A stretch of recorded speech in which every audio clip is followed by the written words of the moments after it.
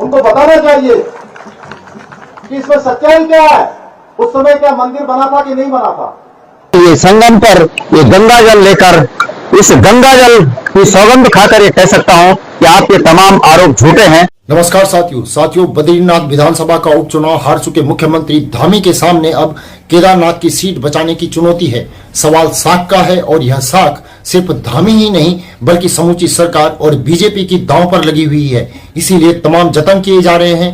केदारनाथ की जनता क्या जवाब देगी, केदारवासी उपचुनाव में किस तरफ जाएंगे, इन सब का जवाब मिले उससे पहले ही धामी आरोपों का सहारा लेकर अपना दामन बचा रहे हैं।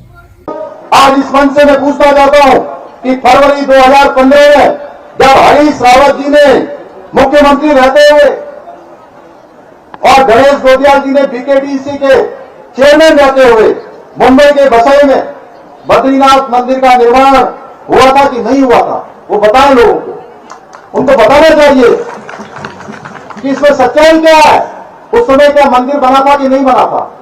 मैं बाबा केदार के इस मंच से कोई झूठी बात नहीं बोलना चाहता हूं। उनसे पूछना चाहिए उस मंदिर के शिलान्यास में क्या हरीश रावत जी मौजूद थे कि नहीं थे।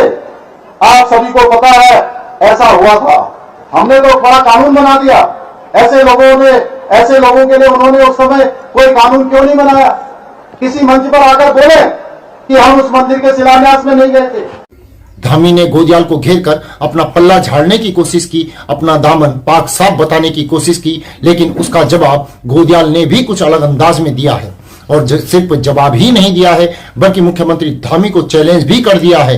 अब सवाल है क्या धामी गणेश गोदियाल की यह चुनौती स्वीकार करेंगे। ये गंगा जल, ये संगम पर ये गंगा जल लेकर इस गंगा जल की सौगंध खाकर ये कह सकता हूं कि आपके तमाम आरोप झूठे हैं। उसी तरह आप भी यहाँ पर आकर कहिए कि गणेश गोदियाल के आरोप झूठे हैं। मैं आज ये गंगा जल लेकर यहाँ पर ये कहना चाहता हूं कि महाराष्ट्र में बने बद्रीनाथ मंदिर से बद्रीनाथ मंदिर समिति के पद, प्रतिष्ठा और संसाधन और निजी रूप में भी प्रतिष्ठा या संसाधन का उपयोग मेरे द्वारा अगर उस मंदिर के निर्माण में कहीं भी उपस्थित होकर शिलान्यास तो क्या उसके बाद भी कहीं भी अगर उपस्थित होकर किया गया हो तो ये गंगा माई इसका फैसला करी। मेरा बिल्कुल मुख्यमंत्री जी के इन आरोपों से सरासर झूठ है। ये मुख्यमंत्री जी के आरोप। सवाल सिर्फ आरोपों का नहीं है, सवाल सिर्फ एक सीट का ही नहीं है, सवाल उपचुनाव की हार या जीत का ही नहीं है, बल्कि सवाल असल में धामी के नेतृत्व का है, धामी की कार्यशैली का है। अतीत में धामी ने क्या किया उसको लेकर तमाम तरीके की चीजें हैं जो रह रहकर उठ रही हैं। और माननीय मुख्यमंत्री जी गंगा जल लेकर मैं अब आप पर आरोप लगाता हूं। आपके ऊपर आरोप यह है कि आपने केदारनाथ से केदार शिला दिल्ली तक पहुंचाने के लिए बद्रीनाथ मंदिर समिति का उपयोग किया, उनसे केदार शिला मंगवाई।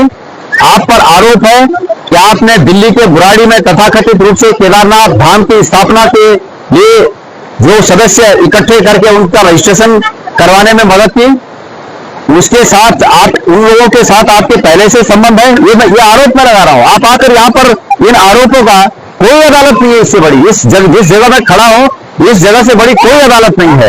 तो आप जो है आप भी यहाँ पर आकर इस अदालत में, इस प्रभु की इस अदालत में अपने बयान दर्ज कीजिएगा। मैं अपने बयान दे रहा हूं। तो आप साथ ही गोदियाल ने कहा कि मुख्यमंत्री से यह अपेक्षा नहीं की जा सकती कि मुख्यमंत्री चुनाव जीतने के लिए झूठ का सहारा लें। आपने वहां पर वो सहयोग किया।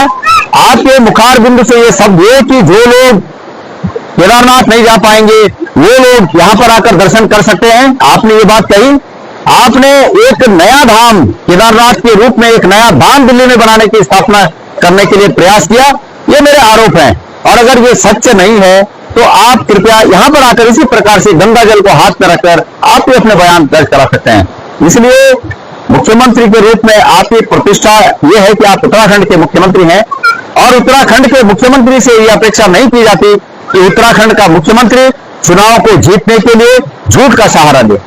धामी पर यह आरोप लगातार लगते रहे हैं और मंगलवार को जब धामी केदारनाथ विधानसभा सीट पर प्रचार के लिए गए थे तब उन्होंने सफाई भी वहां दी थी। उसी सफाई के बाद गणेश गोदियाल ने आज फिर हमला बोला है। यहाँ कई 100 किलोमीटर का अंतर है। आप बताइए 300-400 किलोमीटर दूर यहाँ से कैची धाम, अगर मैं जागेश्वर धाम की बात करूं तो 500 किलोमीटर दूर है। अरे केदारनाथ की ऋषिकेश पहुंचा हुआ आदमी वहां जाएगा क्या किसी के कहने से?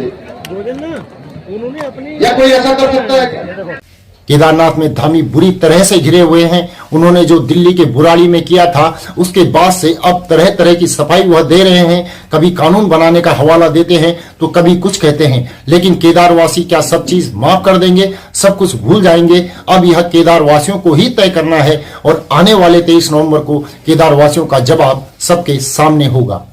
तो साथियों, आपको यह रिपोर्ट कैसे लगी कमेंट करके जरूर बताएं और हमारे साथ बने रहने के लिए हमारे चैनल को सब्सक्राइब जरूर कर लें। साथ ही नीचे दिए गए नंबर या फिर QR कोड के माध्यम से आप हमारा सहयोग भी कर सकते हैं। अगली रिपोर्ट में जल्द ही आपसे पुनः मुलाकात होगी। तब तक के लिए नमस्कार।